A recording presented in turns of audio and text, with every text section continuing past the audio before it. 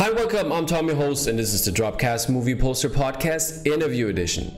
Today I will talk to an artist duo that you all know and love for their different takes on art and movie posters. Sunny and Billy from WBYK will join me today, and we will talk about their art and, of course, who are the people behind the art. So stay tuned, head over to our Instagram profile at DropMacOfficial or check us out on YouTube for the video version, and don't forget to smash that like button.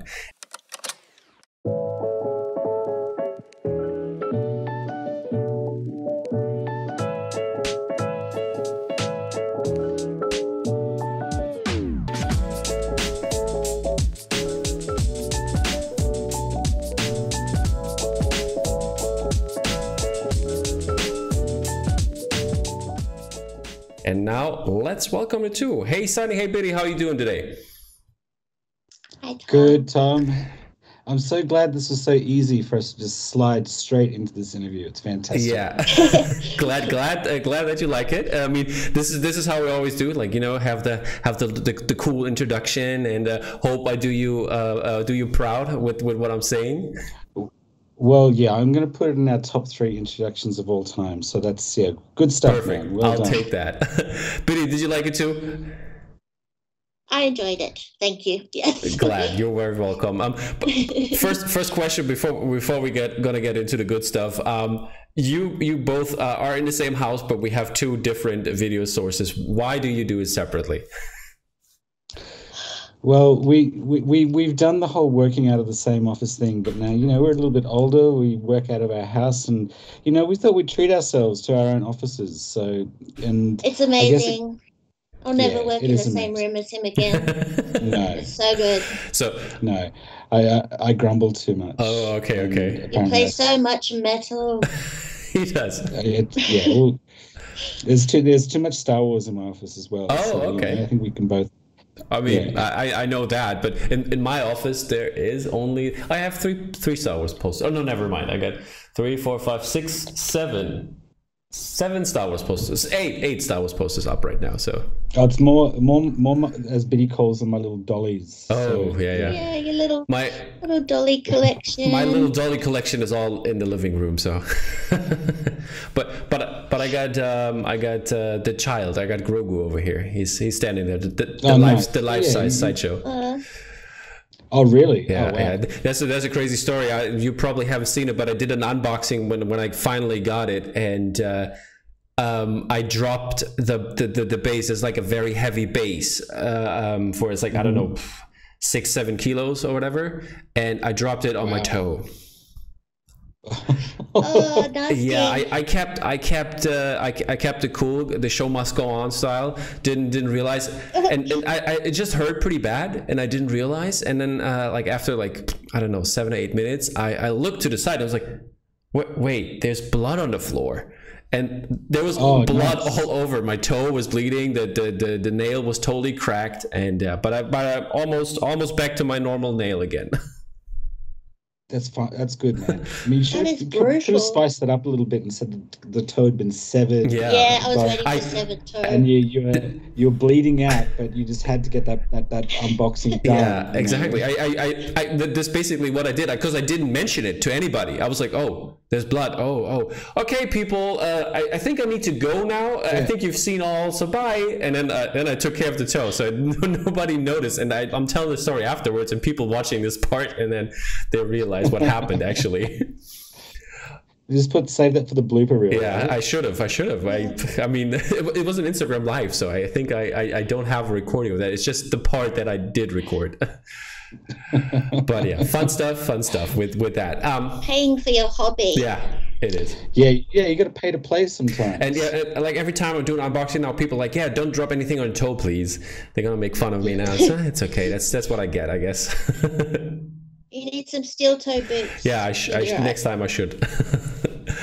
Yeah, but let's get into the first part of the show, which is the wonderful speed round. I'm going to give you 10 things you're going to associate with, and to make it easy every time, Sonny's going to start, and then you answer as well, Biddy. So we're going to talk over, and yeah, and then we're going to keep moving on to the next one. Are you guys ready? So we go on 3 or no. 1, 2, 3 go. No, Yeah, cool. So yeah, got it. Okay, that joke's already, yeah. Yeah. Hang on, am I I've been answering watching- this, or is it just you saying? No, I've been watching all the Lethal Weapon movies, Okay. and there's that joke. Oh. Anyway. Oh, does So it yeah, mean I'll go first, and you go, Biddy. Okay. does it mean there's going to be a poster? I mean, I'm a huge Shane Black fan, so anything Shane Black, that'd be sick as well. But hey, let's not jump ahead. Doesn't that that's come for later later on? Exactly. Okay. First question is, or first association is color. Pink. Red. Favorite Avenger. Or Iron Man. Oh no, Ant-Man. Biddy. Mrs. Peel. Mrs. Peel. Okay, that's from the other Avengers, right? Okay, that's. Well played. So, Well I played. like that. Yeah, that's well played. Favorite seat in a cinema. Up the back on the aisle. yeah, Same. Okay. same leg space. Okay. Favorite holiday destination. Japan. Texas. Texas. Okay. Oh, That's interesting. What is a song that is on heavy rotation right now? Holiday by Turnstile. Biddy? Orville Peck, Turn to Hate. All right. What would your other job be if you're not being an artist? Oh, that's easy. I'd be working in cafes as a barista, most likely. All right. Biddy? My mum asked me this recently, and I don't know. Okay. I'd be unemployed. Unemployed, okay. I think I'd be on it benefits. would be a kickboxer. Yeah. I'll take that. What's your favorite tale or myth or legend? Oh, damn it. I've always liked the Medusa. All right. That's the obvious one, and that's Oh, the only you one got I've the got. deep cuts. What about What do winged monkeys count? Like, does Dorothy Wizard of Oz count as a legend? I'll take it. I'll let that slide here. Portrait or landscape? portrait? All right. And last but not least, who is your favorite character of all time? Miss Marple. Mm-hmm. Oh, that was a good one. I was supposed to go first, but that's all right. I'm going to say Spider-Man off the top of my All head. right, perfect. So you've done the speed round. How do you feel after the speed round? Pretty tired, Tom. I might need to take a break. Oh yeah, we're sure. I'll give you 10. Go drink some water. I feel like this. I think this water should be a beer, but it's. After this speed round, I wonder why we're married, because other than portrait, I don't think. It was not a matching. It We have was not a anything. matching game here. But And we both want the same seat in the cinema. That's not going to work. Well, there's two sides of the aisle. Yeah, 2 aisles, maximum distance between us. that's it. COVID And restrictions approved. that way you don't need to listen to me eating popcorn. Yeah. Yeah. It's my number one pet peeve is people eating in the cinema. Or worse, getting, just snacks, getting crisps out of the packet. I don't think it should be allowed. Yeah, I'm with you all the way there. This is the worst. I hate it. The good thing is, as I mentioned earlier, as people know, I'm doing press screenings, and they only give out drinks at press screenings, so it's fine. And they already opened. Nothing, no splashes or anything from carbonated water or whatever. So that's very easy, and there are no snacks, and I love that. That's what you need to do, Biddy. You need to start going to press screenings. That's I need to just go through the rows before it starts and just smashing people's snacks out of their hands. That's how Biddy got banned from the cinema. That's a good story. I like it. Okay, but we are going to get into your art a little bit, and I picked three of your artworks that I want to talk about. So first off, I'm going to start with the most recent one, which I really, really loved, since I've seen all the other Star Wars artwork you did for the droids back in the days. And the Star Wars episode 1, The Phantom Menace mall artwork. How did this come about, and what was your idea process for it?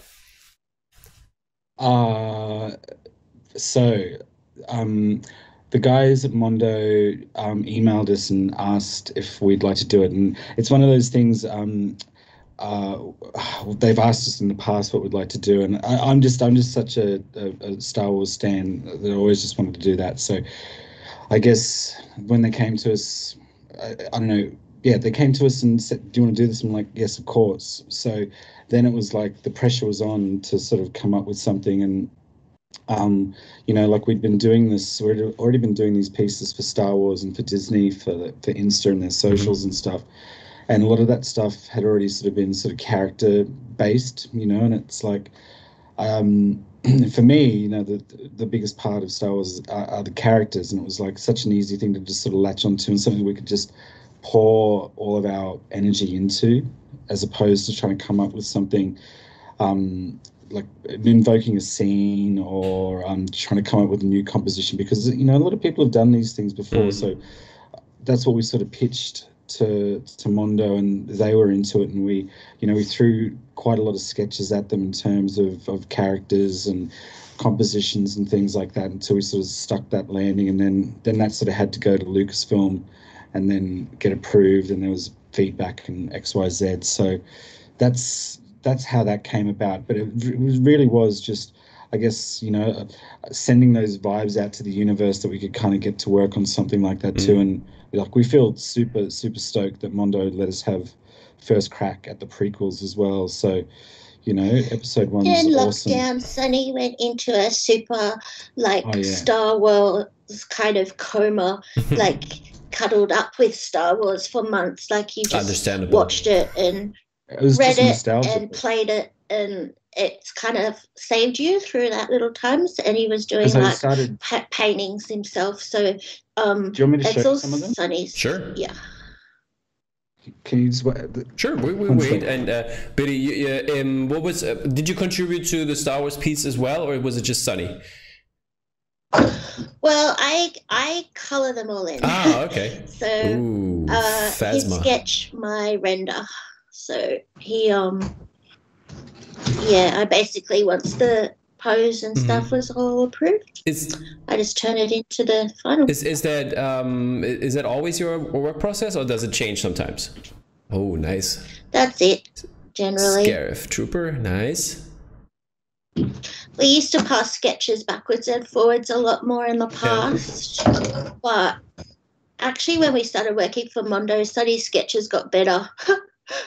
And so I just had no input really, or not really beyond that. I sent you some JPEGs actually to show you a comparison. I think they all start with an X. Like I will show that later when we come to the process. So I just asked that too, like to get a little bit. It gives Sonny some time to show his great artwork. So yeah, that's looking cool. Well, Sonny, he's the one that loves Star Wars. I mean, I'm a human being that's been on this planet for the last 20 odd years or more. So I love Star Wars like any human, but Sonny's in that other, what you probably are too. Yeah. In that other special group. Kind of, yeah. I have to say, the flat file behind me, like with all the artwork that's hanging and the flat file behind me, I have like around 270 prints, and over half of them are Star Wars. Oh, wow. So yeah. It's a big Star Wars collection. I totally get it. Why people love that. And I know it's just asking ahead, but is there going to be episode 2 and 3? Don't know, man. All right. Don't know. All right. Fair enough. Yeah. Okay. We'll just leave it at that. Yeah, let's leave it at that. Let's just leave it at that. That's fair. I get it. These aren't the posters you're looking for. Exactly. Why did you pick Maul though? Is there like, do you want to go with villains for this one, or why was your choice for Maul? I mean, Maul is an awesome character. But that's what, for me it was like when Phantom Menace first came out, and like that trailer drops, and then all of a sudden there's like that Vanity Fair with all the behind the scenes photos that Leibowitz shot and stuff like that. And you had no idea who any of these characters were, and this guy with a dual-sided lightsaber who is tattooed and he's got these horns coming. You're like, who the fuck is this guy? And all this anticipation builds up around this character, and then, you know, he has his moment, and it's like, oh my god! And then, you know, stuff happens and he goes away, but then he comes back later on. It was just, for me, it was like it was easy. It was like, you know, it would have been great to do like Qui-Gon or, you know, Padawan, Obi-Wan or something like that. I kind of wish now that we had done Jar Jar Binks, but maybe that's something to do down the track. But yeah, more just being like, for me, like that was the, you know, the most iconic thing, you know, like there's so many amazing things about that movie, but Maul for me just still does it every time. And the fact that in the movie too, like he's voiced by Peter Serafinowicz as well and says like 4 things is brilliant. Yeah, it was just a bit of a no-brainer. You love Peter Serafinowicz. I did not know that. You love Peter Serafinowicz. We both do. That's good. Hey, divorce is off. Exactly. Just wanted to say that. I just remember when we had here in Germany, we had when the trailer was coming out. I remember that it was like this was the first item of the news, and they showed the news, and it was like, yeah, okay, this is the world premiere of the German premiere of the Star Wars Episode 1 trailer, and we watched the news to watch Star Wars, which was incredible. So it's like. Well, that was it, because like they did the same thing here, and it was on TV, and then like 2 days later I went to the cinema, and I can't remember what I was watching, but you know, it was still a good movie, but like the first trailer was for Star Wars, and I could have easily gotten up and left the cinema after watching that because I was so excited about it. Yeah. And I went to the first day screening, and I went back the next day, and I went back the day after that. And yeah, I still do that with all the movies. It's like one of these things I've just got to. We went to the Clones together. That was our first Star Wars together. Yeah, we did go to Attack of the Clones. Yeah, that was Yeah. It's a long time ago. So it was a long time ago. A little bit. Sonny, so what are your thoughts on the Clone Wars series and like all the other times we see Maul, for example, like in all the other animated shows? Like again, because everything was so shut down last year, and then you know, we got in Disney Plus. I got in Disney Plus just to watch The Mandalorian, and then I'd never watched the Clone Wars, and then sat down and just binged it, like, you know. It was crazy good, and right? It was just, oh my god! I was just like, seriously, I was on the verge of tears. Yeah, especially me too. From season 3 onwards. I was like, just. Yeah, and then same with Rebels, you know, like just the depth, and then, you know, that Twin Sons episode of Rebels is just like, oh my god, like this is it. Getting goosebumps. Like, well, talk about it. Oh man, it's just brilliant. It kind of, you know, but for some of the missteps that franchises sort of had, you know, and I'm saying that as a fan, you know what I mean, but like. It made me feel a lot better about the world and my place in it, you know? Alrighty, let's get off the Star Wars standing right here and have some more art to talk.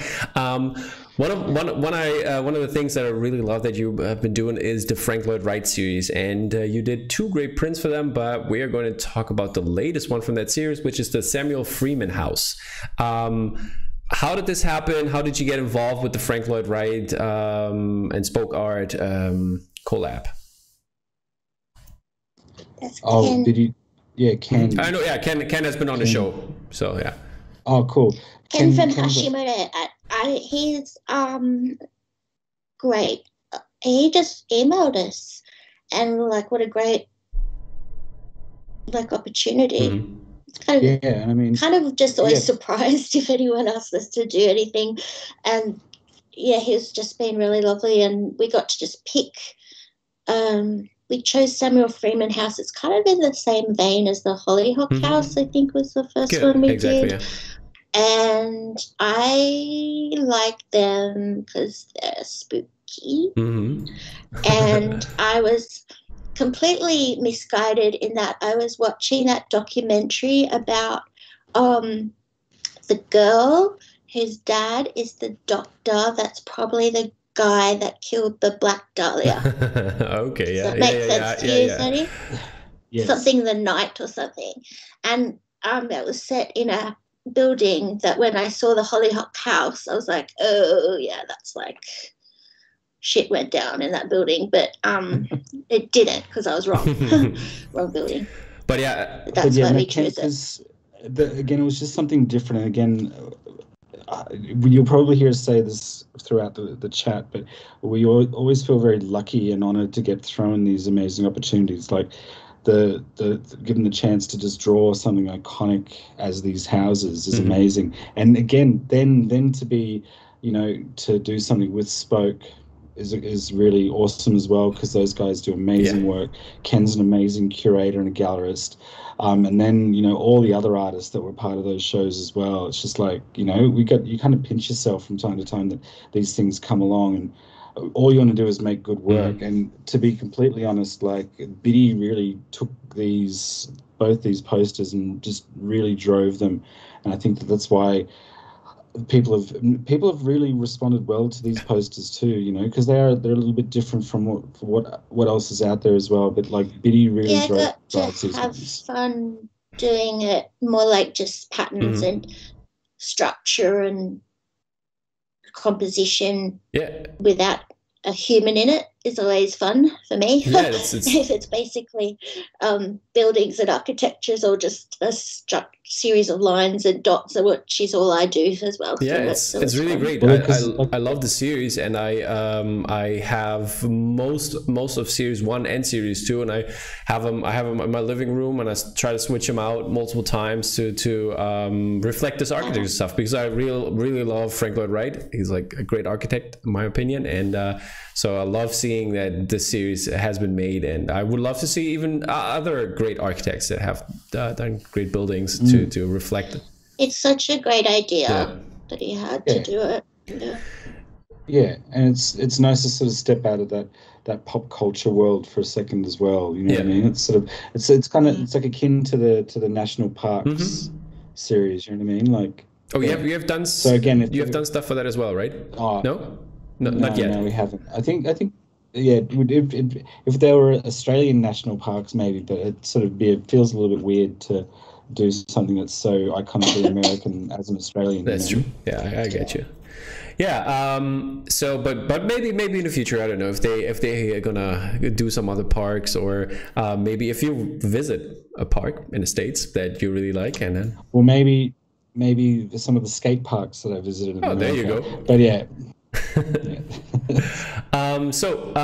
The last one I want to talk about is your Alien poster. There's also the Prometheus one that looks also really cool. I was wondering, because it also goes along with when you look at Halloween, for example. Since your art style, I would say, is not as dark, you know what I mean? It's not it doesn't give you the super scary, crazy vibes, but for some reason it does as well. It's hard to explain. But how do you come up, or how do you treat those horror projects with the style you have? Tom, it's one of those things. I think at first glance of some of our work, people can sort of see it as glossy or bright and pattern based, but I think it's one of those things too. There's always been a little menace under the surface of some of our work, and I think especially movies like Halloween and Alien, they're kind of easy to tap into as well. And again with Alien too, especially that poster as well, was just sort of turning the camera back onto both the baby's xenomorph and then the full grown one, but then there's just that fixation on the mouth, that last thing you see before it attacks. Over. I think those posters, I'm quite happy with both those posters, because I think they didn't take forever.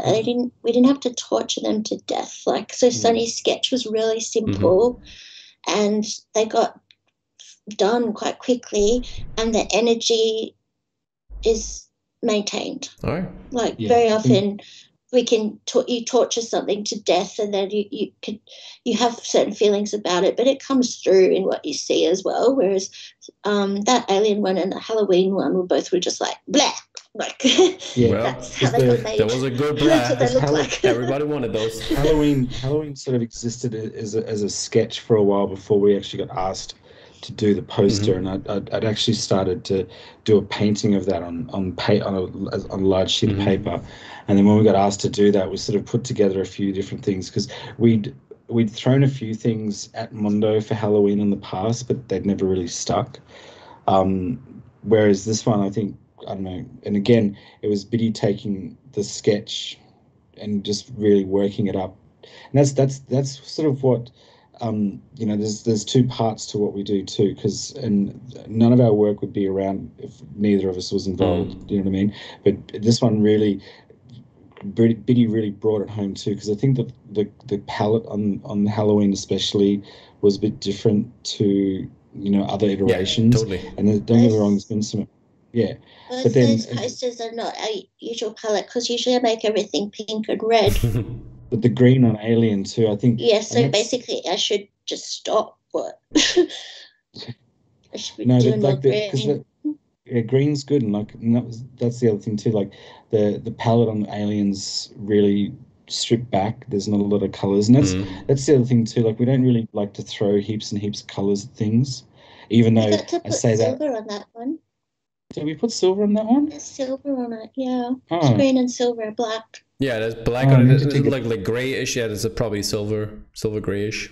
Yeah. Yeah, it's one of those things. I need to. We don't actually have a lot of copies of the posters that we make for some reason. I mean, it's like classic sending it to Australia. Because we're flipping them on eBay. Oh yeah, we just flip them. Flip that shit. Yeah, I know it from my friend Flory, fellow Australian. He gets those APs so late, basically, or somebody else, like I don't know, from Vice Press, for example, they sell their his APs, and then he just doesn't have to deal with it, and so he never really gets them. Yeah, well, because we've got the fine folks at Uniquely Geekly looking after us now. What up, Ben? Yeah. What up, Emily? Ben, good so guy. I actually, they hang on to a couple for us. So one day we'll get our wall of movie posters sorted. So we'll keep the archive. But it was one of those things too. Like when we did have stock, because we'd sort of get these APs sent to us, and we would run our own shop. And I apologize to anyone in the past who had to deal with my shoddy shipping and blah blah blah.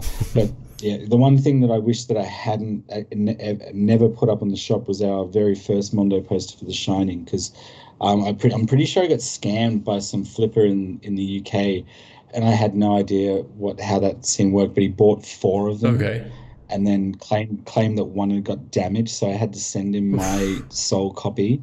But I'm pretty sure I got scammed. Anyway, that's my cool story. What is going to happen now is that all the people that still have that, they're going to send you one now. This is how the podcast works. People do that. Oh, really? I don't think anyone's going to want to part with the Shining one, because I think we only had like 5 APs of that. It's very hard to find that one. We'll try. Maybe there's a good soul out there who wants to bring the family back together. No, that's fine. Whoever's got it, you hang on to it. We got the JPEGs somewhere. That's true. I mean, always can reprint those. Some NFT.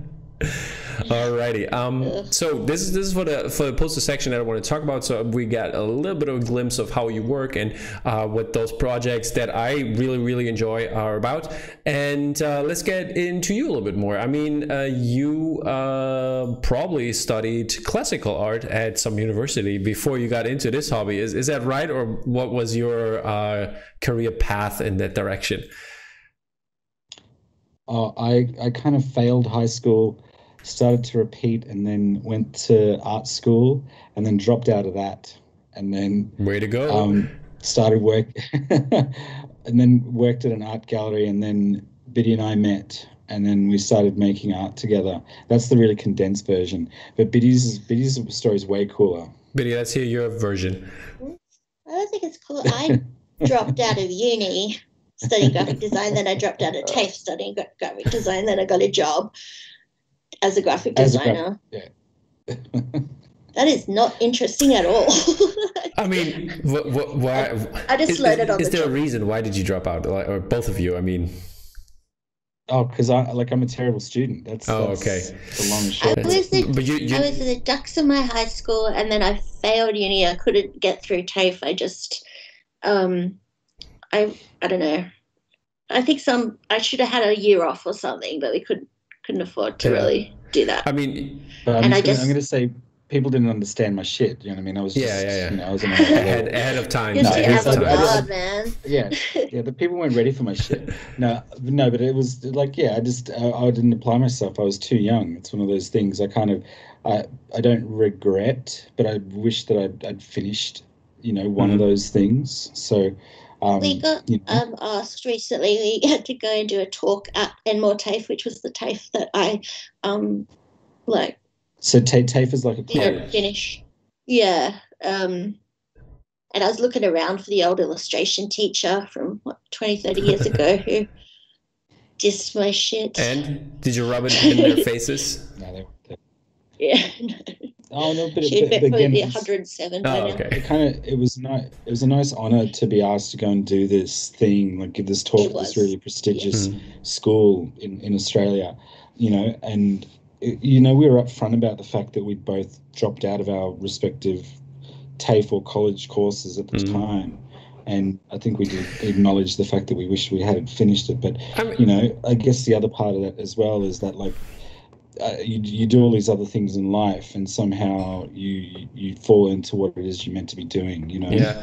And also, I never finished my uni because I turned every project into a comic book assignment and made comic books with my friends. And we are today working on a job for my friend that I did the comic books with that runs this really successful animation studio, and we've spent last couple of days drawing stuff for a project for a major client for them. So, like, it's cool to not get the piece of paper. Like, it all comes around.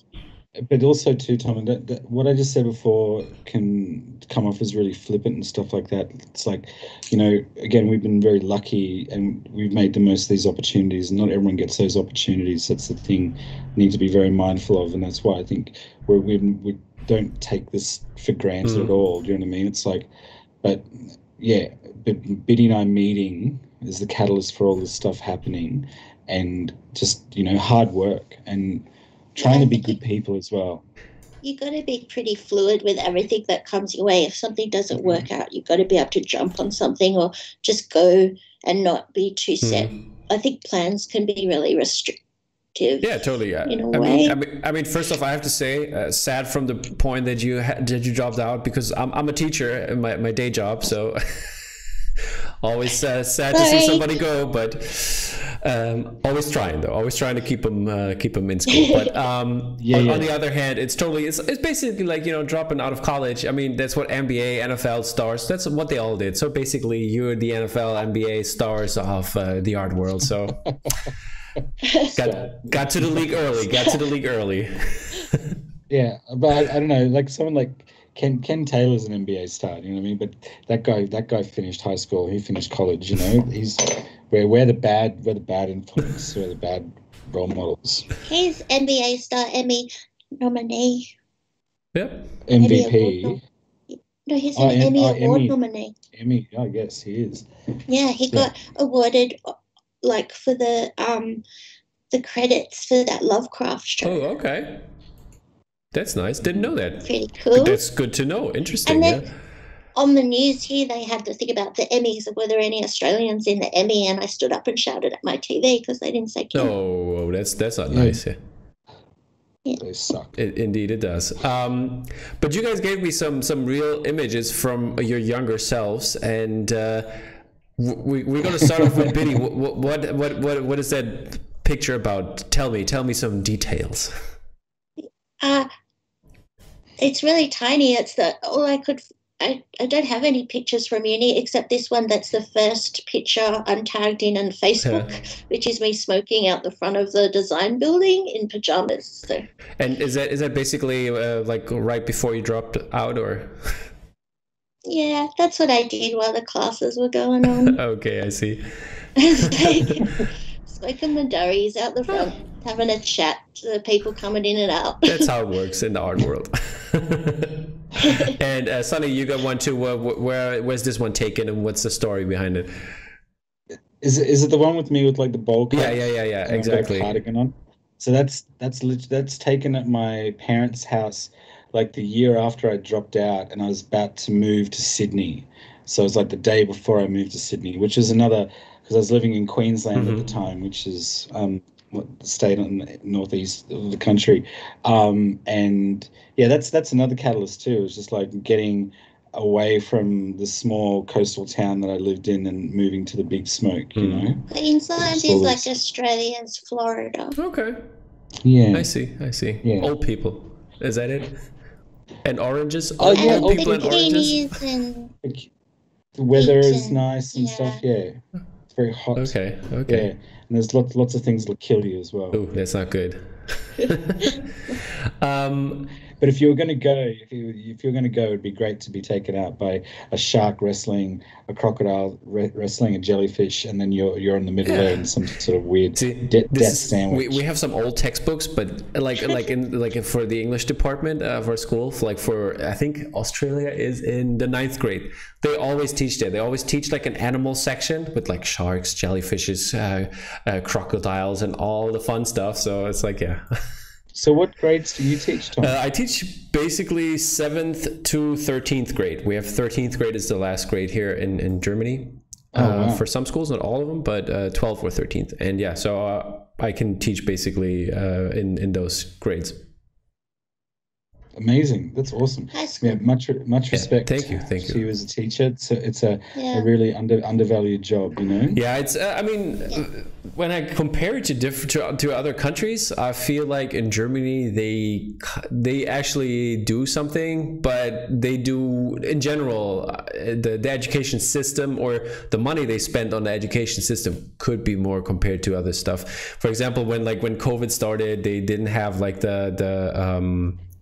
the air filter thingies for the classrooms. So basically they told us in the middle of winter, yeah, you should have the room open and the students, and you should wear thick winter coats because it's going to get cold, but the windows should be open all the time, or you should air it out every 5 minutes.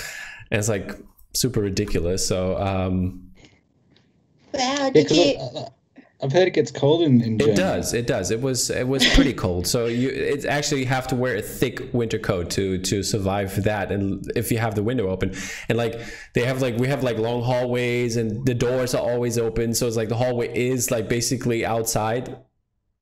It was a little bit crazy, but yeah. So those things. But yeah, they gave money to like Volkswagen and like the big companies and Lufthansa, like of course. But the education system, who needs that? Huh? Teachers and nurses, they need all more of everything. Yeah. But yeah, that's a different talk. Politics. Let's keep them out of here for most of it. Yeah, don't get me. I'll go and grab that beer, and then we can really get that conversation going. I know. Right? This gets out of hand quick. But yeah, so how did you get into the movie poster or like the pop culture poster making side of things? Came that right away when you dropped out, or with the opportunities? No, so like because we started working together doing like gig posters, and then from doing all this music industry work, like tour posters and CD covers and then film clips and websites, that sort of led into other opportunities. And then we started working for a client who basically was doing event management for a film festival in Australia. And then we ended up doing work for that. And then we actually started doing movie posters for I don't know what you're production. talking about. Remember we did Dungog? Remember Bill and John got us on to do Dungog? And then we started doing all that work for Stavros for those. We did like 4 movie posters for those guys. Yeah, but we were always halfway between like that Dungog poster was like a We Buy Your Kids poster, but then the movie posters were like just Photoshop collages and a title treatment. All our work at the time was either illustration or design. Yeah. And it was like we're trying to find a way of separating the two, and then Mundo contacted us, and somehow. the funny thing was is that because we were doing all this gig poster stuff, we were a part of that gigposters.com community. And then, we met loads and loads of people through that. And we met this amazing guy, Eric Niffler, and he's an amazing illustrator, amazing designer. You should get him on the show sometimes because he is an amazing person, brilliant artist. But he asked us to do some work for his band. And so we did this T-shirt. And so Eric is also very good friends with Mitch from Mundo. And then Eric was wearing this T-shirt that we designed with Mitch at this Pitchfork Festival in Chicago, like in 2009 or something like that. And then Mitch was like, "Who did that?" And he was like, "We Buy Your Kids." And then like 2 days later, we're in England on this work vacation, and then Mondo hit us up. And that's how we just sort of and we'd heard of Mondo as well. Mondo, it's like right when Mondo first blew up. It was like and 2008 like, when are we talking? Yeah. So I thought it was a mistake. Yeah, it was like 2010. Okay, a little bit later. We did our first Mondo. Oh no, 2009, and then anyway, it was around that time. No, so it was 11. It was when we were in Greg's flat in Hoxton. Wasn't it 2010? Anyway, Nope. It was a long time ago now. So so then that's how it all came about. And then we said, we do a poster here and we do a poster there, and all of a sudden it was like, "Hey, do you want to come and have a show at the gallery?" And we're like, "What do you mean?" And when we got the email asking us if we come and have the show, when we got it, I was like, "Oh, they figured out they've made a mistake." Like, because we could see it was this really long email from Mitch, and I was like, "Oh my God, they're gonna, sorry, we're not gonna work with you again," kind of thing. It was like, "Do you want us to fly you to America and print your posters and have a whole show?" It was like, we couldn't even believe it. That's crazy. So that was the thing, because it was crazy because we made all these posters in one hit. Like we made 15 posters, and I think we'd only had two. We'd made three, but only two had come out. And then it was just like people going, "Who the fuck are these guys?" And people just, it was very hard to work out for people over there because, again, But then that sort of started rolling on a little bit more. But between that, like, we kind of really didn't get hit up by too many other, sort of pop culture movie people. But I mean, at that time, there weren't that many around, were there? No, there weren't. But we kind of just stuck with Mondo. But it's like it's never really been a huge part of our practice. But until maybe like the last 2 or 3 years, where we've started doing. We do a lot more film work. We do a lot more stuff that is based around film, whether it's concept art and posters and all this other kind of jazz. So, it's kind of weird that it's kind of awesome as well that through this one chance that we got, that it's now become quite a huge part of our practice. Awesome. As opposed to, a few years ago where it was, maybe like a quarter of what we did. Awesome. And do you remember what was your first movie related poster that you did? For like the pop culture sort of stuff. Movie. Let's say movie poster. Okay. Suspiria together. Yeah, Suspiria. It was Suspiria for someone in England. It was illegal. Yeah. So again, it was like this sort of tribute thing, and it was, I think. Darren Firth. Darren Firth. What's it called? Sorry, Darren, if you're watching this. He changed his name. Yeah, but he got us on board, and there was some crazy people in the show. And I don't know how he came. Little Friends of Printmaking did Soylent Green. Remember that? Oh, was it Soylent Green or was it Psycho something? No. Oh yeah, they did. Somebody else did Soylent Green, and I don't know. There was like this amazing blow up. There was that Toba Hardika blow up. Oh yeah. It was amazing. Like, and I think Malika Saab did Cabaret or something. That sounds like a crazy show. It was nuts. It was super. And so it was in this amazing gallery in London as well. And then so that was like the first. Yeah. Now you mentioned it, but you're totally right. Suspiria was that. And so that was another thing too, like people. And again, it was like with all these things, it's like, God, how are we, like, what fell on their keyboard and like bumped "We Buy Your Kids" into the email address by mistake. But I mean, as I said, time's ahead of your time. So. Thank you, Tom. Thank you. Finally, someone gets it. I mean, people are getting it now. So now you're good. Thanks. But yeah, so I also do movie reviews, as I mentioned. I mentioned earlier that I saw Jungle Cruise, but I was wondering, what was the last movie that you have seen, or last TV show that you've binged? Oh, well, we're actually watching a TV show together at the moment, which never happens. Okay. This is a huge event. We have separate offices, but we also have separate TV rooms as well. So yeah, I can watch my stupid shit and play video games, and Biddy has the beautiful lounge room with all the couches and all the art. I got the good room. And she can watch Midsummer Murders and stuff like that. But yeah, we've been watching that BBC Dracula show by Stephen Moffat and Mark Gatiss. Is that with Clay's, what's his name? Clay's. Yeah, Clay's. Yeah, Clay's. Yeah. Yeah. He's awesome. Yeah, he's very, that was very really good. I really enjoyed that one when it came out. Yeah. We're only up to episode 2. Right. Yeah, well, we watched episode 2 last night, so Yeah, I'm not going to spoil it. I'm not going to spoil it. But I've been watching the Expanse. What's that? Oh, my Which one? Oh, after you. I've been watching The Expanse. Oh, okay. I've been trying to catch up on The Expanse, and oh gosh, I've been doing this thing where I've been watching movies over 3 nights because I've been so caught up with the pub. Yeah. Where I'd watch like Lord of the Rings, so it'd be like 9 parts to watch, all 3 movies. Yeah. The last movie I watched was JFK, which I watched on the weekend because I love it, but I haven't seen it for many years. I've seen it many times, and when it got to the end, I'll say to Sonny, it was really confronting when he does his whole closing argument. He does that thing where he speaks to camera, and it's about, my dad was a huge JFK conspiracy theorist. Awesome. And so I've always grown up following that. And now hearing all the things you're saying and just the way he's talking, I felt like I was getting red-pilled into some weird shit. And it was really confronting and odd.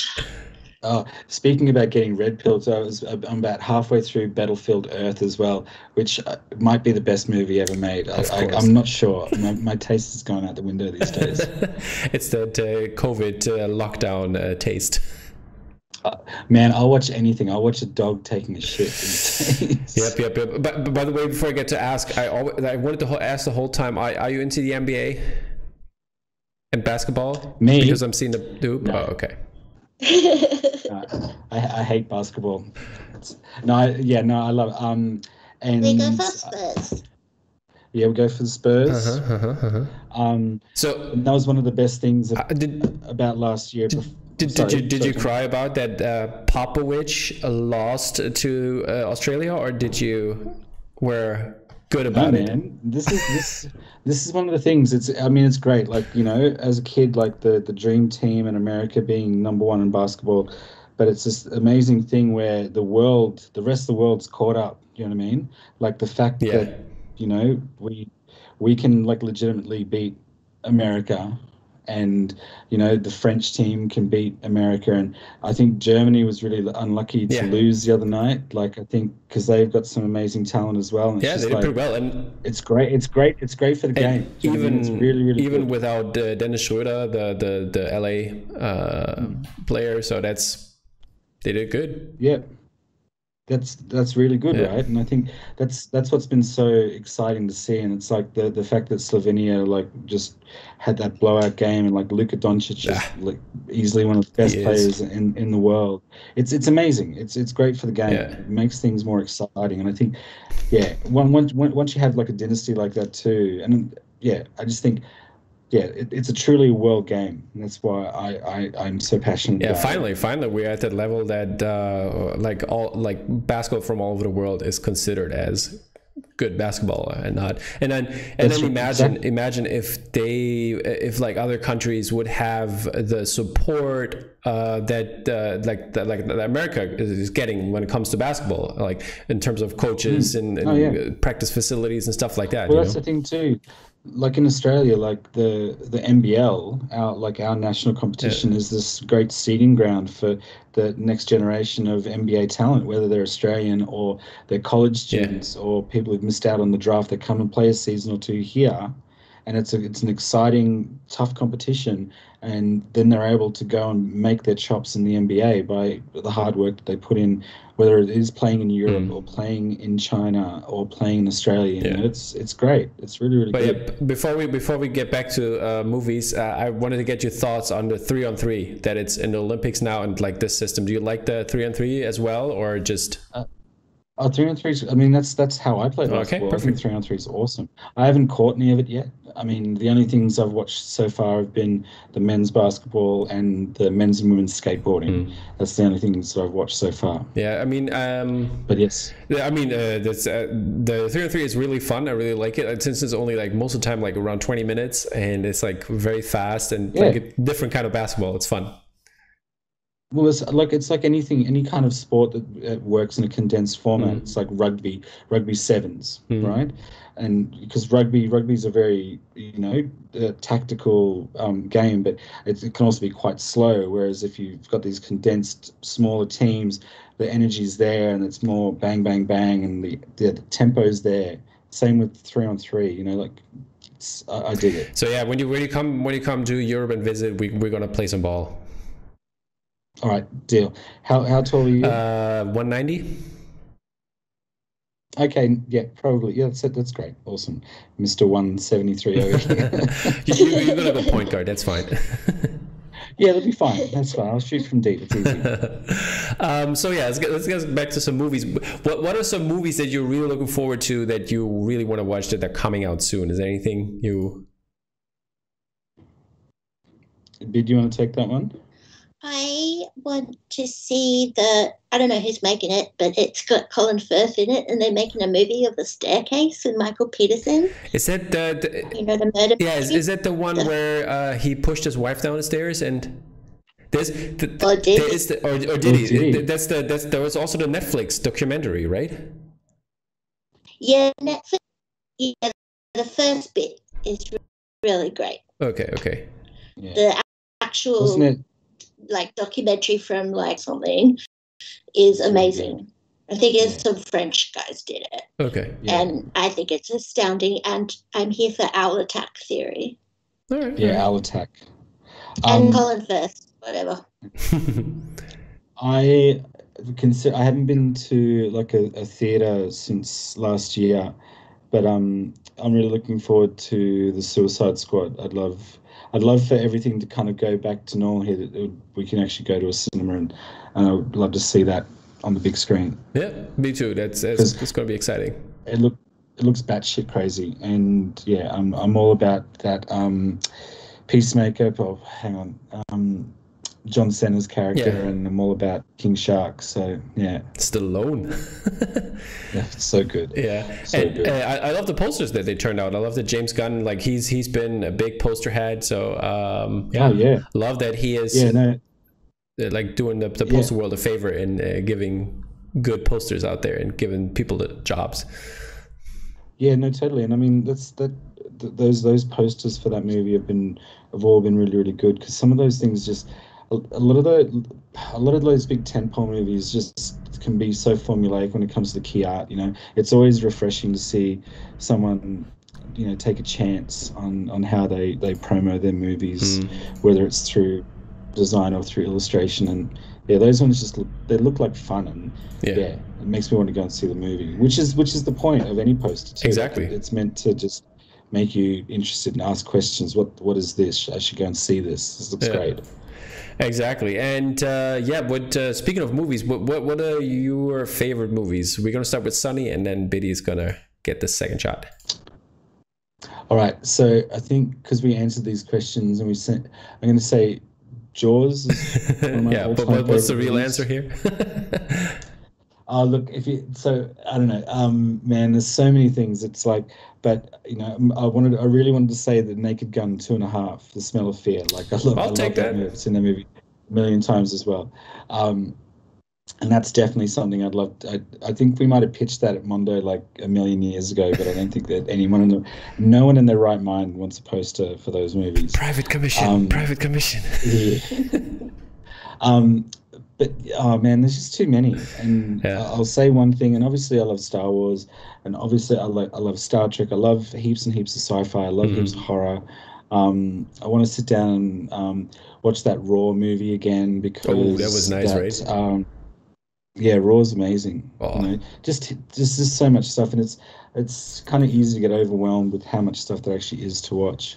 But Biddy, you've gone, haven't you? No. No. What are you gonna say? Yeah, it's too hard to like. It's like the association game. What comes into your head? The first thing that comes into my head is Amadeus, because that's what I've always said, because I watched it 20 million times as a kid. That's a great movie, yeah. And I loved it. And at Gosford Park and Rebecca and like Lost Highway, and but there is no number one. I too like Jaws. Lost Highway. That's way cooler than any of my answers. That was my favorite movie back then. Yeah, but I haven't seen it. How did you guys like the regular poster for let's say Jaws, since you both like Jaws here? Oh, I mean, I know it's based on the book cover, but the Jaws is like the greatest movie poster of all time. Yeah, I don't know what I think. I think it's like the Mona Lisa. I've been like. Okay. Yeah, I don't know how to see it without thinking this is the greatest movie poster of all time. Is that also the reason why there is no poster by you guys, or is there? Well, they got rejected. I don't know. It got rejected. There is a WBYK Jaws, but it got rejected. Okay, I hear private commission again here. So no, I think if we went and had a look at it, it's pretty ordinary, but it had no idea. It's too big a thing for us. It's one of those movies to tackle we have too much baggage with that movie, and that's one of the things that sort of is our greatest. It's like our kryptonite. Is like when we really love something and we can't, because it's kind of the way we're trying to do it is just imagining like if no one had ever seen the key art for this movie and we had the privilege of doing it. Right, like how are we going to sell this thing? I don't think that's what we did though. When we no. It was a total mistake. But do you have a favorite alt poster for Jaws that we've done, or in general? Well, the Laurent ones, the Laurent ones. I'm pretty sure. Yeah. I have to say, I Phantom Cities are great as well. There's some great ones out there too. I really enjoyed your countryman Flory doing his like last year when like from the perspective like half water, half like where you could see the shark there. That was really great. Yeah, that was a good one. Yeah, I remember that one now. Yeah, that was good. There are lots now that I think about it. There are tons, yeah. But I mean, it's like the Laurent's, that was very, very clever way of coming at that poster, Yeah. That's some great stuff, exactly. Speaking of posters, what are your 3 favorite posters, key art, alternative, right now? What comes to your head? Do you have any choices? I think, again, because we were doing this on the fly, we both loved that Rocky Horror that came out. By Julian Tedesco? Yeah. Oh my god. Yeah, I don't even know who that person is. He's a comic book. I saw that as a book artist. I'm not very I don't know a lot about a lot of different artists, so I didn't recognize the style or anything. I just saw that tiny little thumbnail. I was like, oh my god, that's beautiful. It's absolutely gorgeous. I love it.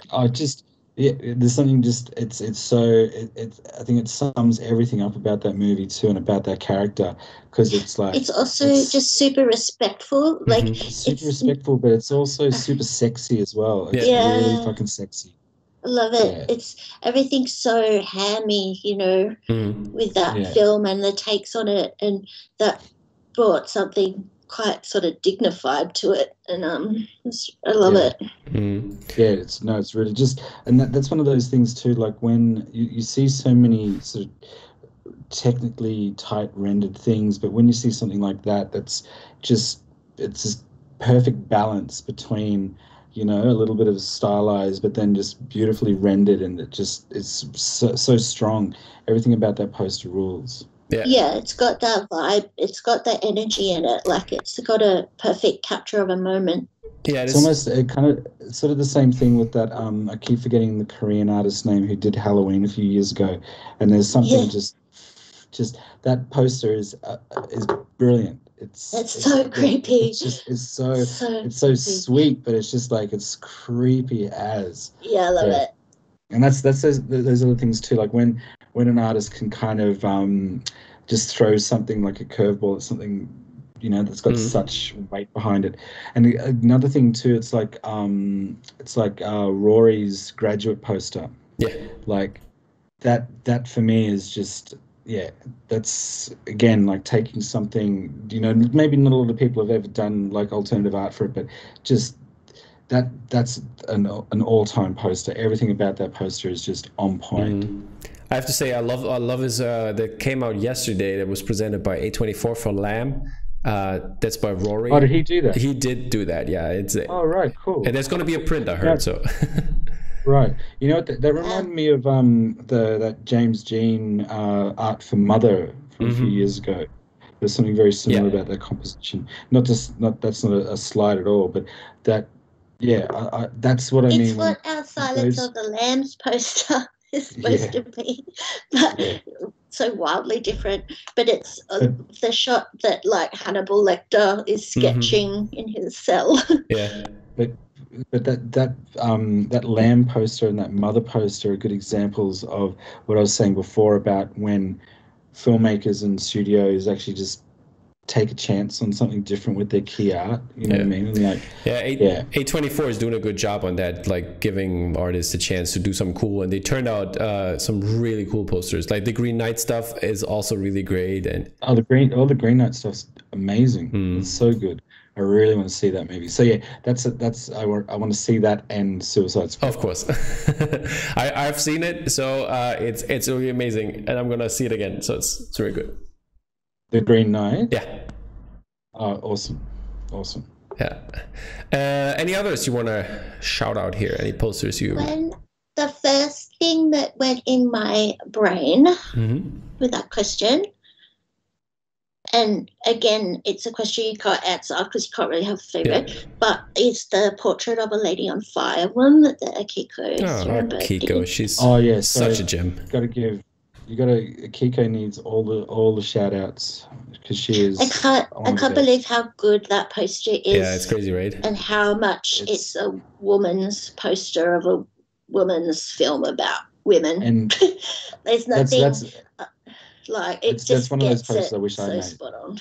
Yeah. And again, it's just got the vibe in it, like all the, like it's quite literal.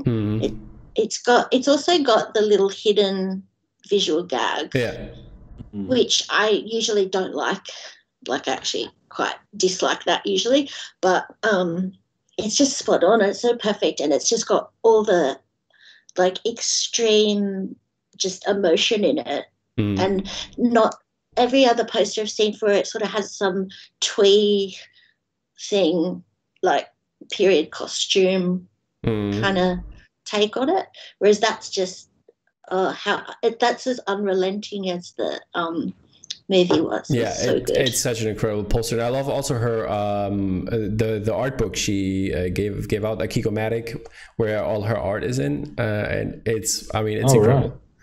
It's really incredible. Don't know about that. Yeah, go check it out. I mean, she has also been on the show. We have a whole interview podcast, the same I'm doing with you right now. We have that with her if you want to catch up on that. So, yes, because she's fascinating. Yeah, she's amazing. She's also a very good person. She also just did that thing with Rory Kurtz. Yeah, Logan. Yeah. So I would love to know how that combo. Yeah, I think I didn't listen to it yet or didn't watch it yet. I think they were on the Mundo show for that. and I think they talked about it intensively, who did what and how the collaboration worked. Wow. Cool. I've got a lot of research to do. Yep. It's a lot of casting of pods that needs to be done. I've got a lot of Akiko stalking to do. Get a room. Yeah, and I mean, hit her up. She's very open, and she talks to anybody and helps out where she can. Didn't we talk to her when we were doing all that stuff for Colossal at the same time? Yeah, who knows? Not me. Maybe I did. Anyway, that's I digress. Okay, all good. Is there anything else you want to mention, shout out, or are we moving on to our next question? I had two more. Whoever designs the posters for that Yorgos guy, like the lobster and the favorite, I enjoy those posters immensely as well. Yep, those are some great ones, definitely, for sure. Okay, then my next question would be, what is your opinion on galleries? Do you like work with galleries? Do you also like to work with private commissions, or is that a no-go since the early days, or how's that? So galleries, yeah, big up to galleries. We've been, lucky enough to work with Mundo, IM8-bit, Spoke. Yeah, galleries are great, and it's always great to sort of be able to support them and also have another platform to get our work out there as well.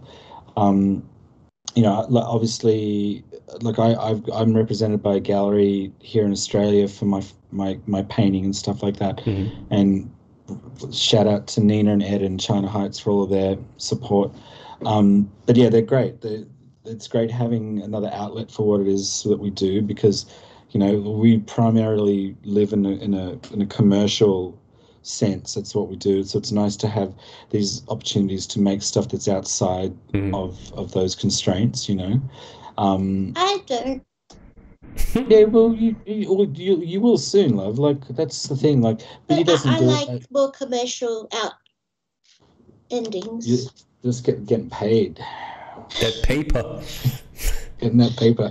No, but it's again because before we started doing like the Mundo shows and stuff like that, we would sort of every maybe one or 2 years, we would sit down and make a whole exhibition that we'd set a theme and we'd do all this crazy art and hang it up, and it was this really good way of us sort of trying new stuff that would then lead into us using that style for client-based work, if you know what I mean. Like, it gave us a chance to just try things, see what stuck, and then obviously as we got busier as a studio and as a and whatnot, that sort of took a back seat, and so but then that got replaced by doing the poster shows for Mundo, and then Mundo were cool enough to let me have those solo shows at the gallery as well, So those are just great opportunities. And again, that's sort of another thing that we did before we did WBYK Kids as well, was like show art in galleries, and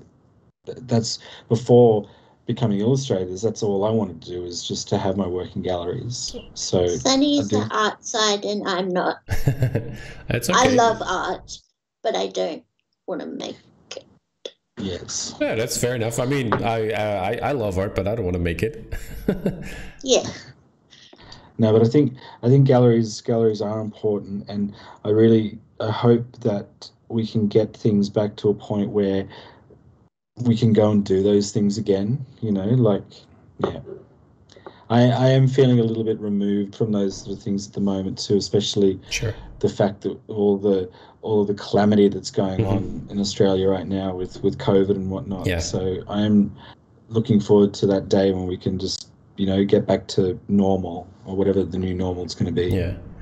And how's your collection? Do you collect any other like movie posters, any other artists, or just different kind of art?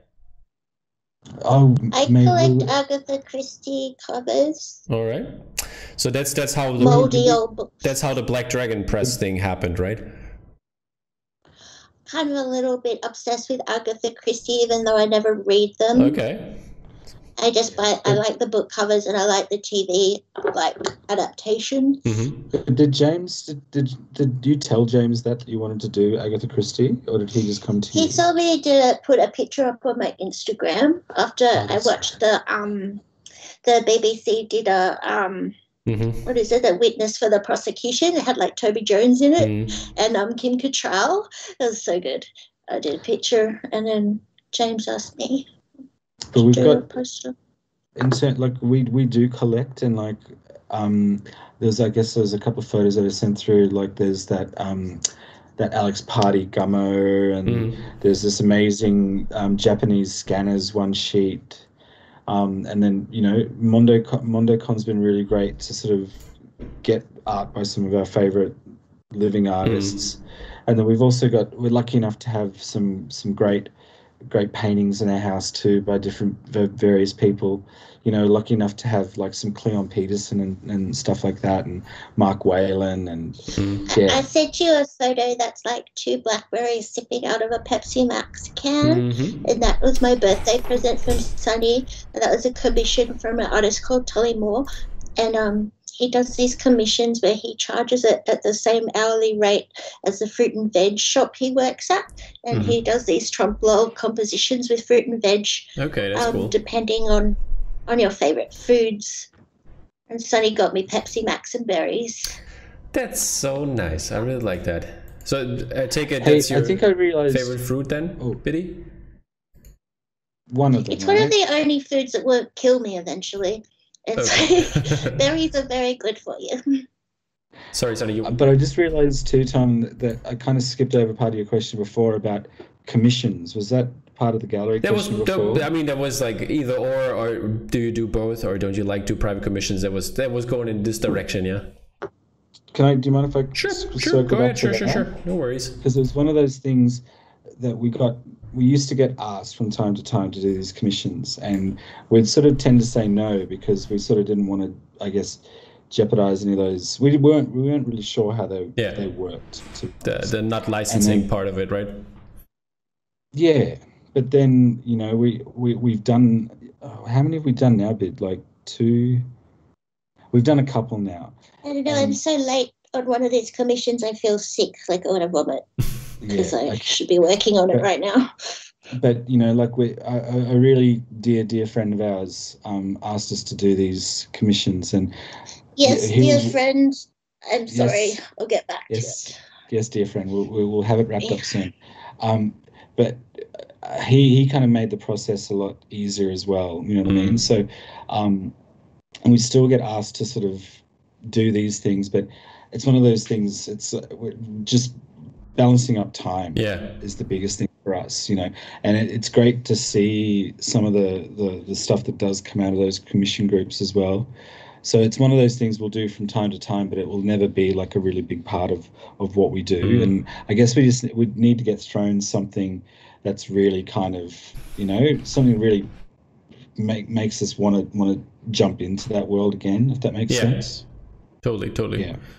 Yeah. So there's going to be a Jaws poster that's going to get you back in.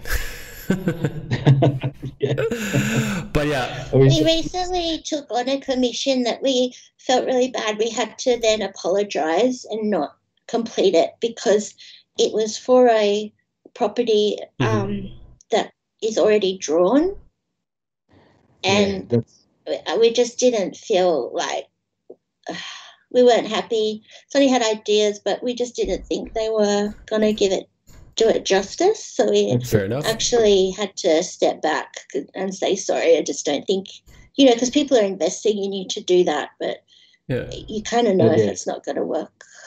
Yeah, and we know what our limits are in terms of those things as well. So it was like you didn't feel you could bring anything new to it. I mean, that's very good. I mean, like putting something out that is you don't like and probably then the people don't like. It's the better way to say, hey, this is not working. Let's stop here. Yeah, exactly. Yeah, that's right. Now, sorry, back to our regularly scheduled conversation. It's all good. There's no schedule here. Are we going too long? No, there's no too long. The record is 3 hours, so Oh my god. We got plenty of time. Yep, we got plenty of time. We're only like an hour 10 or so. I got Survivor on in half an hour. Okay, we hurry up. We hurry up. Right. that was the. I'm not joking. Okay, so moving on really fast. What else is in your collection? Is there like what's the latest thing that you got for your collection?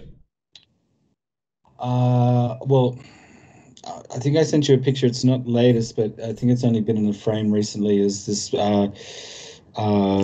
this Jack Kirby that we got a few years ago? That looks pretty nice.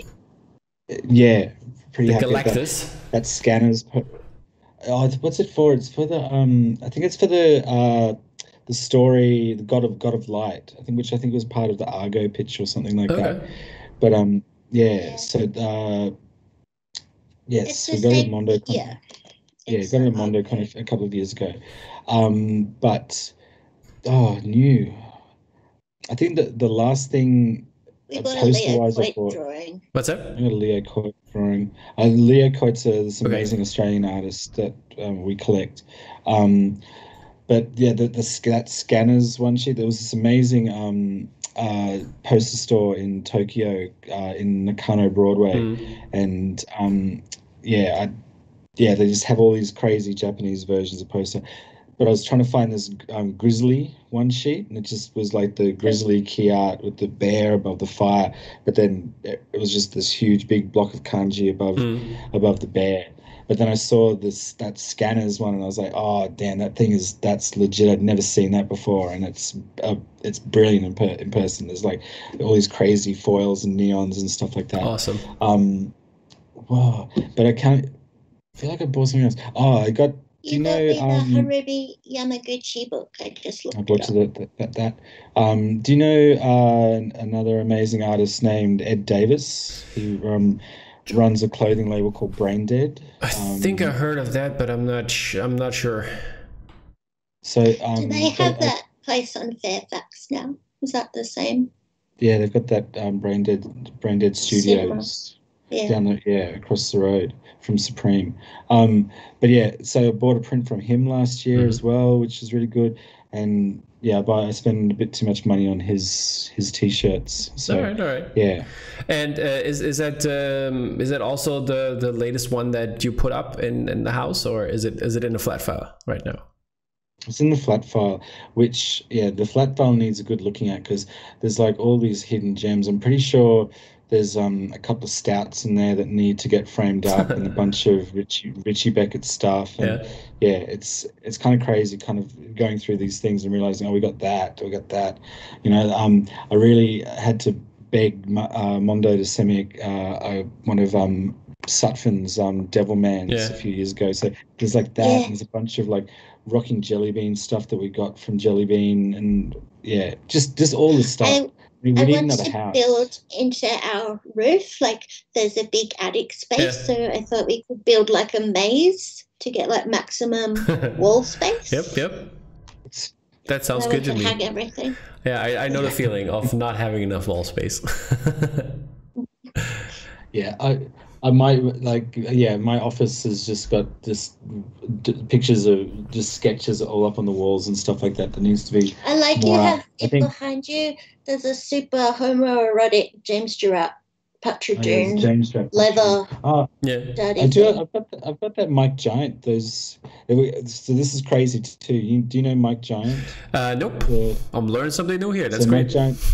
Mike Giant's this amazing graffiti artist, illustrator, tattooist from America, and he many years ago, when we still did it, screen printed our own posters, we actually printed this whole edition for the show that he had here in Sydney, and we've got them framed up. That was crazy that we've got to do that. That's cool. I take that for granted. It's just sitting in my office video, and I barely look at it. I know it's there that you got no number ones. Number ones too. Oh, that's crazy. Yeah. Well. Yeah, look Mike Giant up, man. I think you'd really dig it. I'll check it out. Very cool stuff. Yeah, I mean, I'll definitely tag him in here, and then I'm going to check him out and have him. Maybe, I don't know if maybe he's going to be on the show soon. Who knows? Yeah.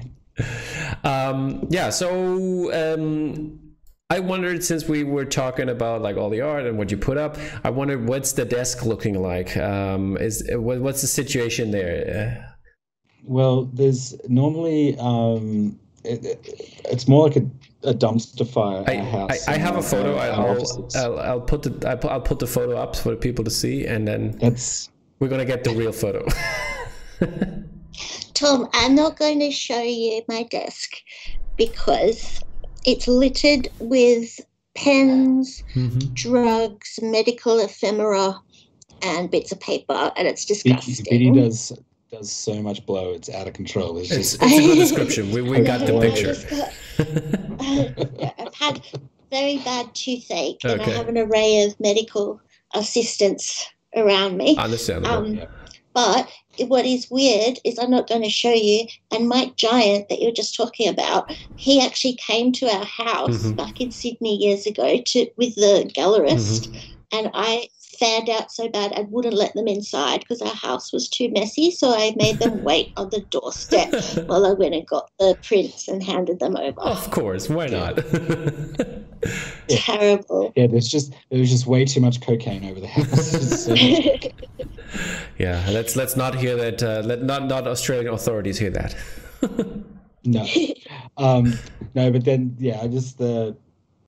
I've been trying to, because I'm going away for a couple of weeks tomorrow, so I've been trying to clean up my space a little bit. So that's my current desk at the moment too, with my computers and my dollies and stuff like that. Is that is that your usual setup? I mean, do you work like this, or do you do? I mean, we're gonna come to that in a second, anyways. But how do you do the drawings, scan them in, and work on them then, or how's your process here? Oh, well, that's how it used to work. Is that I would draw everything by hand and then scan it in. Photoshop it a little bit and then give it to Biddy, and then print it out, draw over it again, scan it, send it back to Biddy. But now, a few years ago, I got like a Wacom, and I pretty much just draw on the Wacom now. So that's, I still draw on paper for different things if that's what's required. But in terms of workflow, like switching over to the tablet was a huge game changer. Okay. So yeah, normally I've just got my little 16-inch Cintiq set up next to my machine. Oh, okay. And Biddy, how's it for you? Yeah. How's your workflow regarding that? Yeah, I just color it in Photoshop. Okay, but you do. But is that also with a tablet, or how do you do that? Oh, with a Wacom. Okay. Wacom. Yeah. Yeah, so Biddy's got like it's big. Oh, okay. Yeah, so she's got one of the medium in shorts. So, but she was working on like a 10-year-old. I've got too much mess around me anyway to have a bigger one. Yeah, I think we both need small offices. Maybe we should build some sort of cubicle situation so we don't, because we have all this space either side of us we spread out. Yeah, I got it. When we just keep things contained. And how is that when it comes to, like, would you say, like, in percentage wise, how much do you do digitally and how much do you do like analog? I don't draw. For me, so Biddy would be 100%. I'd say 90% of what like our work. Like I do digitally. He's analog and I'm digital. Yeah, but I'm becoming more digital. But you draw, like, I don't know. It's just you use whatever you do to draw. I use this for Bezier curves. Do you know what I mean? Which is different. Yeah. Speaking of your workflow as well, is that are you working in Illustrator, Photoshop? How do you work best? And do you do like mix of vector art and also like regular illustration, or how's that? So like I do all of my drawing in like Clip Studio. My friend James Girat-Pachadoon put me onto it many years ago, and that's what I draw in now. It makes a lot more sense for me than working in Photoshop. But I just save everything as a PSD, give Biddy the layers, and then Biddy just takes that skeleton. I hate it because you open it in Photoshop and half the layers are compressed and stuff, whatever, and I have to build stuff, but whatever. Thank you, Sonny. Thank you. Yeah. So yeah, I'll grow. I'll be a big boy one day and learn how to work in a shop. I'll pay for it, so I should work in it. You know. Yeah. So so there's basically on your end, you just do the drawing part, and then Biddy, you work only in Photoshop then, and like when you recreate stuff, or is it also because like the artwork looks a lot like most of the time, sometimes I think, is it vector art or is it not? Because like vector artists, I know they work in Illustrator and it's different, and sometimes I have to make a vector at the end, but I can't make something in Illustrator. I've got to make it in Photoshop because what I do is so messy and so stupid. Like there's no kind of logic to it, and it's just layers upon layers of textures or patterns inside masks. And I'm pretty sure, like, if we ever did one of those sort of screen sharing videos of how we work, people watching it would have a nervous breakdown because everything's just like, just sitting in all these folders, and you know, my shitty folder set up, and then taking it over to Biddy, and Biddy's just like, it's like when a cat gets a mouse. It's just like that for a long time. Okay, I think we should do a live drawing with you guys. But then at the end, it might be something you can look at and go, oh, I can recreate this quite simply. But it's like I also really ridiculously enjoy the process of being on the computer, and I do really dorky things with like step and repeat kind of keyboard commands where I tap out a rhythm. Yeah, I do. I tap out a rhythm. I totally get it. I do that too. Yeah, and it makes such a difference to the end thing, and then the song changes and the time is out. But that's all. The only song I know is like the mess. Apple Z. Apple Z. It's a great song. Great song. It's a great song. It's one of the best. But also, Biddy, do you curse sometimes at Sunny? Like when you get the files and stuff? Like, can you hear it in the other room? How's that? Come on, Bid. Tom's asking the big question. Yeah. Look, Tom, do you know what? Look, we've been together. Like, this is going to be 20 years that we've been together this year. So our anniversary in November is going to be 20 years, and I think it's very rare to find a married couple that can live and work together. Not swear at each other. And it's just me yelling out from my desk, Sonny, and you ignore me. But again, we have discussions and stuff like that, and we work together, and we're not going to agree on things all the time too. But I think that's healthy because we're able to get things sorted, and it's all always for the best, Yeah. And it's separated as well, like our offices, our living rooms, and also how we work. Yeah. Because it used to be a lot more discussion on a job, whereas now you start it and I finish it, and there's sort of a lot more trust or whatever. Yeah. I mean, you also have the experience with each other, so it's like more. Yeah. That's exactly it, Tom. And to try and be successful and make a living out of this too, you need to be busy. So it's like sometimes we don't get a chance to discuss things, and like you were saying, I just leap straight in and handle those early concepts and stuff like that. And that's what needs to be done so we can keep on top of our deadlines and whatnot. So, but again, it is trust and it is experience, and we've been doing this for a while now, so we know how the other works and what needs to be done to get things turned around in time. Totally. And I just imagine Biddy screaming, "Oh, curse you, Sonny, for compressing this file too much," or something like that, like along those lines. Oh, no, there's probably a few more C words in there, but that's just I kept it child friendly here. Well, please bleep out my other F-bombs from before. So, Awesome. No, but Biddy normally drink some curses like a sailor. So. Yeah, and what is there anything you can talk about that is in progress right now that is not on an NDA or something? Nothing? No. Awesome. Actually, no. Actually, the Agatha Christie one. Yeah, Agatha that's Christie. true. We're doing another Agatha Christie. Doing the next one. I'm not sure whether you've seen the work that we do for this amazing publisher in America called Neotext. I don't know if I have. We've got a bunch of. Was it on a website? Then I saw. So yeah, it's not on our website because I've never updated it. Oh, okay. So they're neotextcorp.com. Mm-hmm. I can send you the link for that. No, don't worry. I'll pull that up. While you talk. They're that's we work for some amazing authors and other illustrators.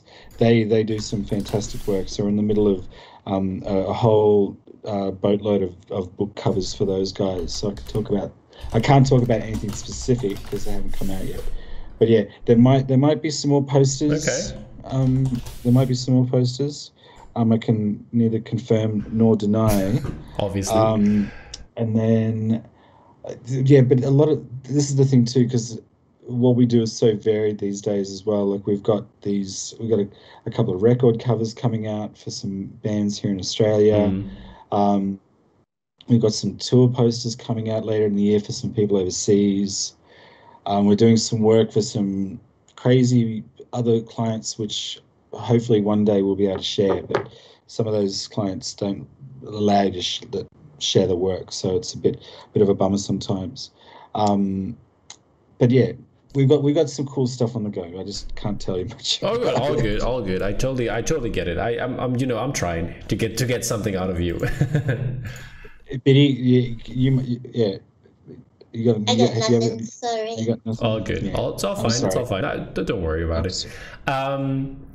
Last question on your prints here in this case. How do you like to your prints to come out? Is there a certain paper you really like to go to? Is there? We have a color scheme here in your artwork. Yeah, this yellow.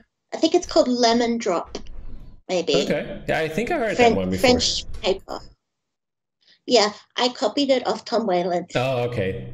Yeah, that's. I saw it when we went to America. We one time we saw an exhibition that was Kevin Tong and Tom Whalen, and they'd done all sort of like infographic prints. I remember. And I realized that Tom Whalen had all these prints that were on, like they weren't on white; they were all on coloured paper. And I copied him. Fair enough. Have we done? Yeah. See, that's always Biddy's call. She's more across that stuff than I am. But the yellows in all our exists in all our work. Yeah. It's a bit drenched in yellow. I think that's why people like those green ones and stuff, because they're not drenched in that heavy yellow. But you also have a lot of reds, though. Yeah. So basically, like. Yellow, orange, pink, red, purple. Yeah, the warm side of the color palette. Yeah. Awesome. And what would you say was the most challenging work you've done in your career? I put in mud because that's the poster that everybody hates except me, and it took so long on it, and I was so happy with it. All the dots are on a stripped grid. And it was like the first time we've ever done 24 by 36. It nearly killed the machine. And it was trying to capture a moment in a movie that no one had seen that is really slow and then bursts into energy. Yeah. And it was also trying to make, at that size, a sketch that Sonny did that was like a little squiggle that was great. The sketch, even if that poster had been 18 by 24, it might have been a little bit easier to sell, but it was so big. And again, like, because we'd seen the movie when we were in America for the first Mundo show, but by the time we got to asked to do that poster, no one had seen it. So it was like this real unknown quantity, you know what I mean? So the colours of the film are really challenging because it's really washed out afternoon sun. I really liked the movie. Yeah. So yeah, if anyone's really dying for that poster, hit me up because I think I've still got 10 or 11 left. There we go, people. Yeah, I was saying recently to Robert, guys, that on Espresso Beans, a guy started a whole new thread that was name your the worst Mundo poster just so he could vote for that. Like, that was the reason he started it. That's disgusting, though. Who does that? I'm really happy with it. I would hang it. Yeah, if I had I mean, my maze. I don't see a problem with it. I could hang 5 of them up there. My maze. But it's I do enjoy going on those espresso beans or on any of the Facebook Mundo pages, because it's just some of the stuff is brilliant. It's brilliant, and I don't know, maybe I've been responding to a few people here and there on Facebook. It's getting old and just don't give a fuck. It's so funny. Yeah. Some of the stuff that people come out with, it's very hilarious. Sometimes it's weird. I just saw the other day, it was like, I don't know, I think Laurent Dorieux posted it yesterday. Did you see that? Like about the turned head thing. Yeah, exactly. Oh my god, I was like, wow, people, what's wrong with you? I love your posters, but oh yeah, it's stupid. Yeah, that there's always that exception, right? Like, and it's just everyone's just got to have an opinion about something too. It's just like, anyway, but big shout out to all the people out there who rep us, and thanks to everyone who supports us these days. I'm sorry, am I probably skipping ahead as well? Yeah. Dude, you're skipping ahead a little bit. We're gonna do shout outs, big shout outs later, but okay, cool. Shout outs are always appreciated, so yeah. Moving on to my almost last question here. This is there any IP or idea or anything you'd like to work on when it comes to maybe to older, newer movies, to music, sports? Is there anything you would love to do? I don't know, redesign the San Antonio Spurs logo. I want to do titles. Titles, okay. Movie titles.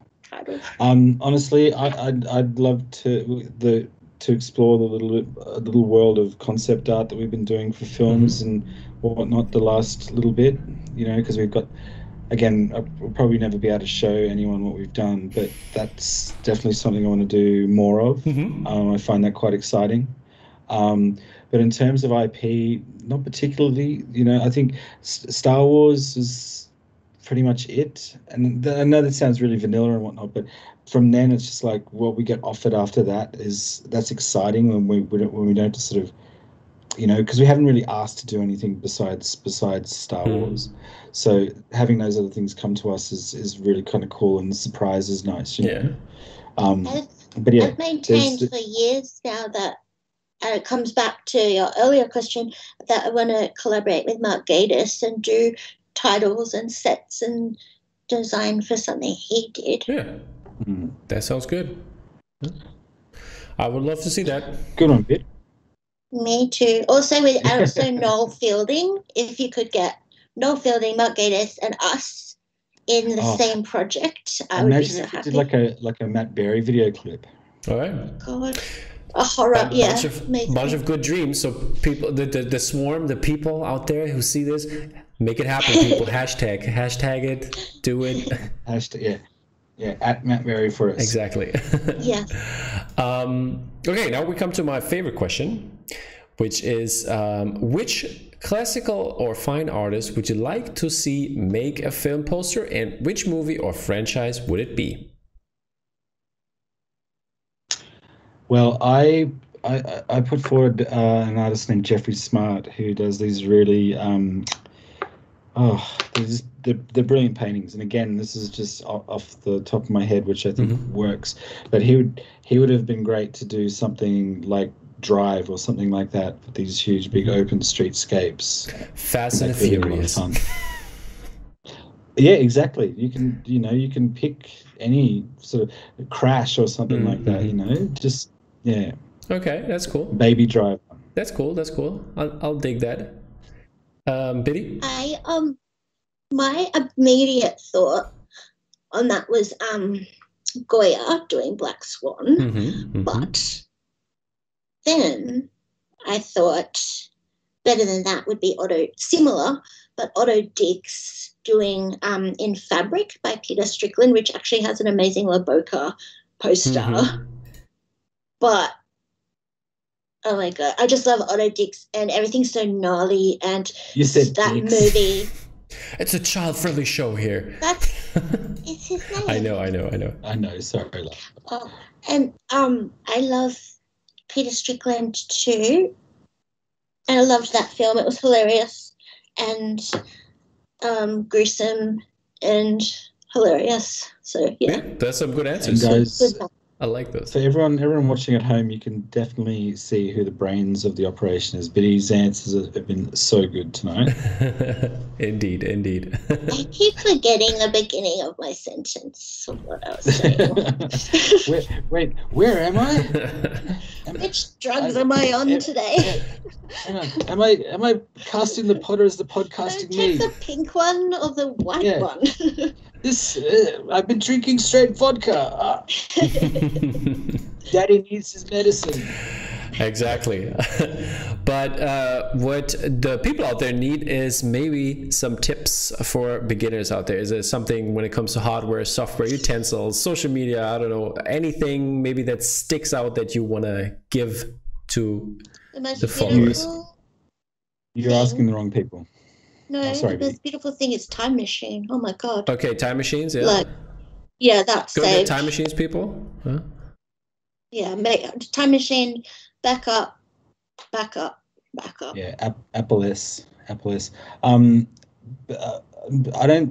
think it comes down to hardware and stuff like that. I mean, we both work on Macs. We both use Wacom's. But I love Apple. I love Photoshop. But it can be as simple as that. The tools are great, but I think those other skills need to be refined, and the more time that you can spend with what it is you make, just draw as much as you can, thinking about your concepts, thinking about your compositions, and just make as much as you can, and I know it's an easy thing for us to say, but that's how we did it, like we just made until we got to this point where we could share what it is that we do and what it is we make. And I think, for having a bit of patience as well is a good thing as well. To tag on that question here, maybe you have a tip for collaboration work. I mean, most of the artists work by themselves, but you work as a duo. So is there anything that holds this marriage kind of together? I think communication, and I think and collaboration as an artist is really important as well. Like it's good to be able to kind of stretch your wings, but in terms of don't be too worried about doing something. Just do it. If they don't like it, it's too bad. Yeah, and that's the other thing too. It's like being comfortable in your own skin and being comfortable with what it is you do and being able to kind of stand up for your work as well. I think it's really important as well. It's one of those things, like talking to people, it's hard. Working for clients is hard. Working for commission groups is hard. But having that confidence in yourself and what it is that you do is really important. And that takes time, and that comes from experience. It comes from making mistakes and whatnot.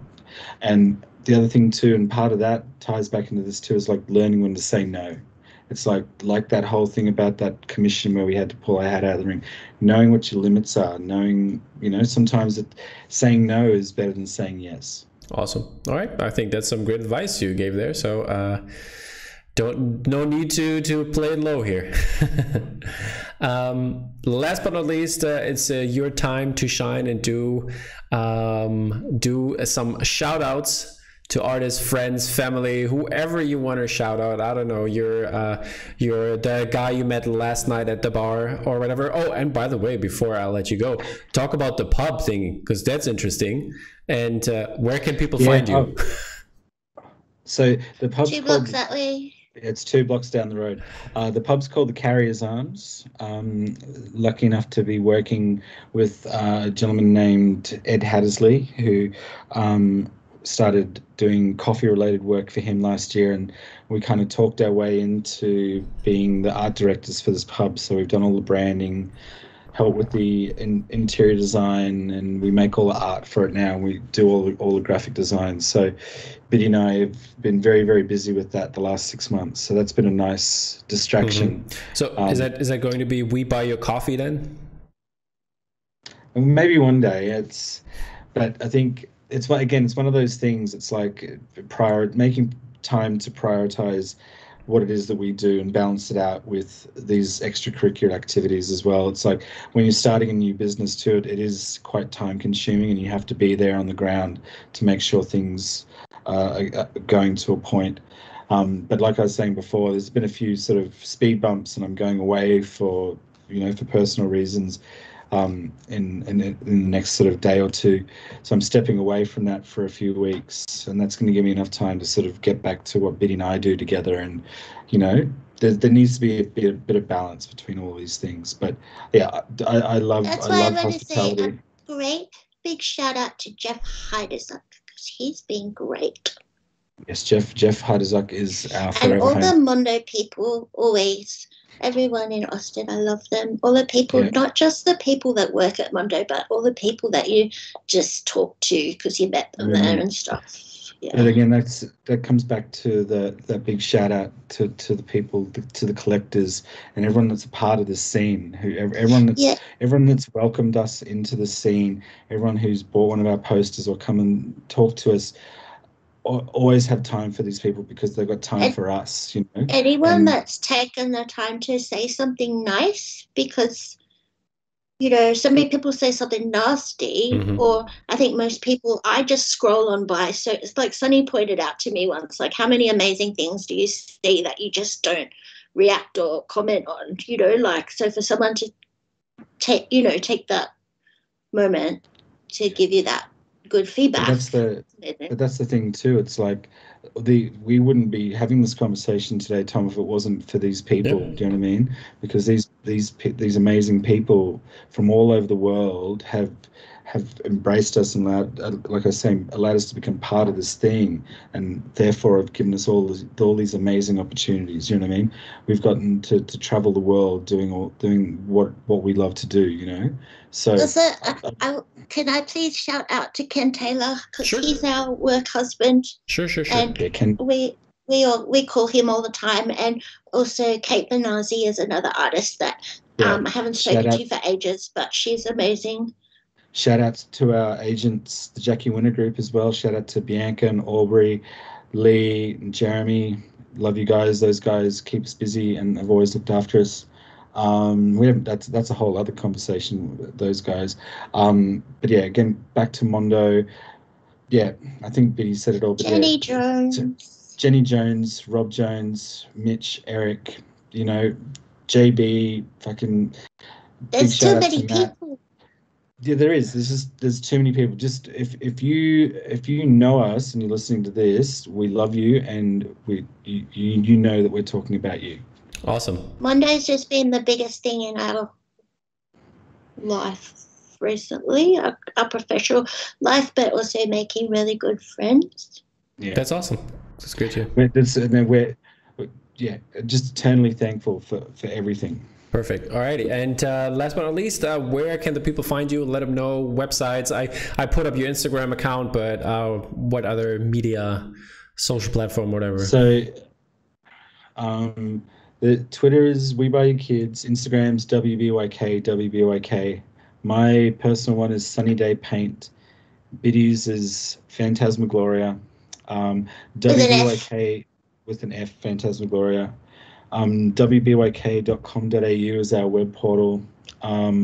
And that's otherwise you can also find our work at jackiewinter.com.au. That's our agents here in Australia and in America, and now England, in Europe, I should say. There you go.